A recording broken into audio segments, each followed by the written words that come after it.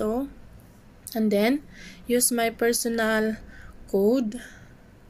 So, ayan, nandito na ako sa aking IMG portal. So, dahil ang topic natin ngayon is mag-invest sa IMG Soldibo Fund, dahil may mga hindi pa talaga marunong kung paano sila mag-invest sa kanilang IMG Soldibo Fund. So ngayon, magtuturo ako kung paano ka mag-invest sa inyong Soldibo Fund. So i-view mo ang portfolio mo. Yan. And then i-click mo itong add subscription. And then, i-click mo yung search. Then, enter your IMG code.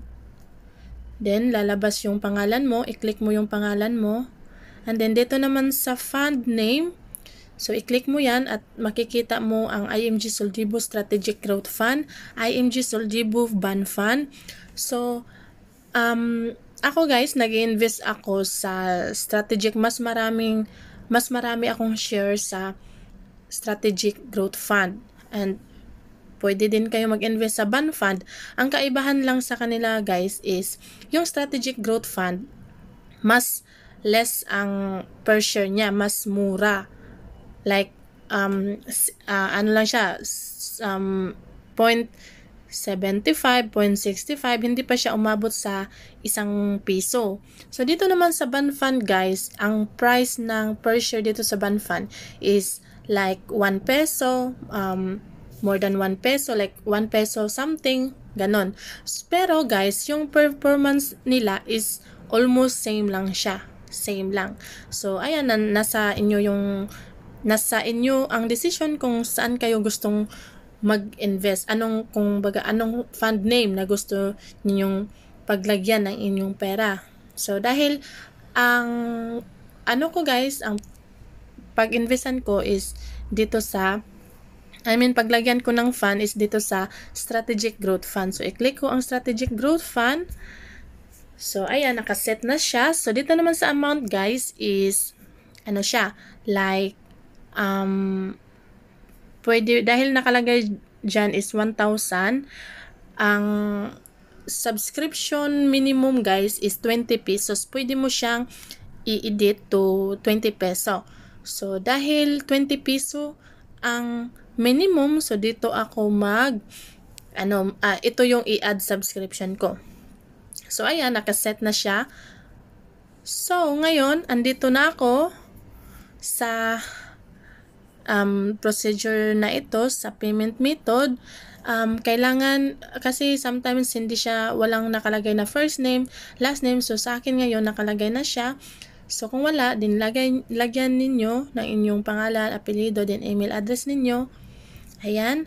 And then sa payment method guys, you can also use your NeuroCash, video bills payment, Palawan, credit card, remittance, bank deposit, bank transfer,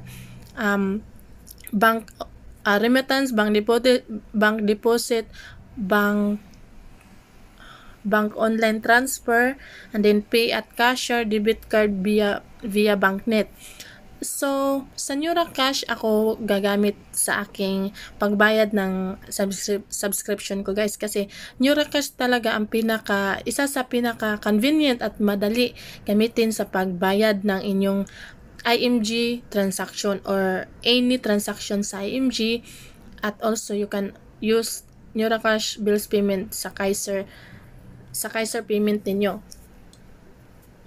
Sa mga nag-IMG business side, may mga commission sila. So dito sa Kaiser, dito sa NeuroCash, i-load ang kanilang mga commission. At yung mga hindi naman nagbe-business side sa IMG, kung gusto nilang gamitin yung NeuroCash nila, pwede din po. So, by the next video, magtuturo ako kung paano ka mag-load ng inyong NeuroCash para magamit mo siya sa convenient na transaction method. So, dahil ang gagamitin ko is NeuroCash bills payment, dito ako mag-click.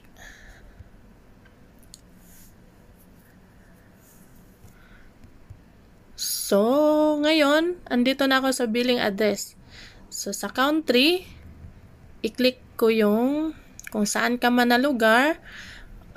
Yun ang ilagay mo na country code, pero optional lang yan. Same sa akin, nandito ako sa Hong Kong, pero ang gagamitin ko na address is sa Philippines. So, country, Philippines, address ko. Yan, then, sa mobile number naman, you can also use your mobile number at pwede mo din lagyan ng, or lagyan mo ng 0, assuming, para ma-fill upan yan siya. Kasi pag hindi mo fill upan dyan, hindi siya mag-go through. Dito naman sa address line 2, optional lang yan siya. Pwede mo lagyan or pwede mo hindi lagyan. So, dito sa payment method, i-click mo lang yung NeuraCash Bills Payment. And then, next step tayo. So, ayan. Tapos na guys, i-check mo yung checkbox. So, dito na ako sa aking payment instruction. So, i-copy-paste mo yung reference number at mag-login ka sa iyong NeuraCash, kung NeuraCash ang gagamitin ninyo, guys.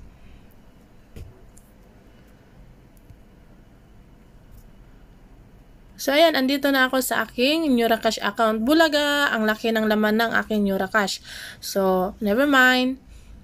Then, dito ako sa, by the way guys, ang gagawin niyo para makapag-made transaction kayo, i-click nyo itong circle na may cross sign. Yan. And then, enter your reference number. I-copy-paste mo lang long press, then lalabas yung copy-paste or paste. Then, copy-paste. So, na-double na siya. Long press, paste, and then, amount, 20, subscriber name, pangalan ko, I don't know. Okay, sa akin pala. So, pangalan ko, and then, biller's name, IMG. I-click ko yung next. Okay, dahil error siya, ang gagawin ko is mag-log out ako, and then mag-login ako. So, yun po guys, kasi, na-login ko na kasi siya ng mga ilang minuto. So, error siya. Ayan, bulaga, ang laki ng laman yung NeuraCash ko. So, ngayon guys, dito tayo sa bills payment. And then, ito naman, itong gagawin, i-click nyo itong circle na may cross sign, and then yung reference number, long press mo, then paste, amount, 20, dahil 20 lang yung subscription na nilagay ko, and then pangalan ko at biller's name, then click ko yung send. And then, dahil kailangan ng one-time PIN or one-time password, the one-time password was emailed to you. So, ganito po yan guys ha, very importante ito. So, pag mag-register kayo ng inyong NeuraCash account, dapat ang gagamitin ninyo is yung email na ginamit ninyo sa pag-register sa IMG. Kasi, pag ang ginamit nyo na email ay hindi email na ginamit nyo sa IMG, parang siya, dapat kung anong email mo sa IMG, yun din ang email na gagamitin mo pag mag-register ka sa NeuraCash. Dapat accurate po siya. So, kung hindi siya accurate, hindi gagana yung transaction, hindi ka mag-success sa ginagawa mong transaction kasi wala kang matatanggap na OTP. So, ayun guys, pupunta ako sa email ko. So, ito na yung email ko. I mean, yung OTP. So, long press ko, copy, and then punta ako dito sa NeuraCash ko. Then, i-enter ko yung OTP. Long press lang, then copy paste. Yan. So, ayan na. Nakalagay na yan. So, i-click ko yung okay. So, ayan. Tapos na guys. So, nakapag-add na ako. So, after 15 minutes, ma-credit na yan siya sa inyong IMG Soldibo Fund. So, very easy lang guys. Hope na meron kayong matutunan or makatulong ito sa inyo ang video para mag-guide kayo kung paano kayo mag-invest sa IMG Soldibo Fund, mag-add subscription sa IMG Soldibo Fund. So, by the next video, marami pa akong gagawin na mga relevant video. So, itong video na ito ipopost ko sa aking YouTube. So, kung makapanood kayo sa aking YouTube guys, please subscribe and like the notification bells para ma-notify kayo sa aking mga relevant video about IMG. So, thank you guys. Bye-bye!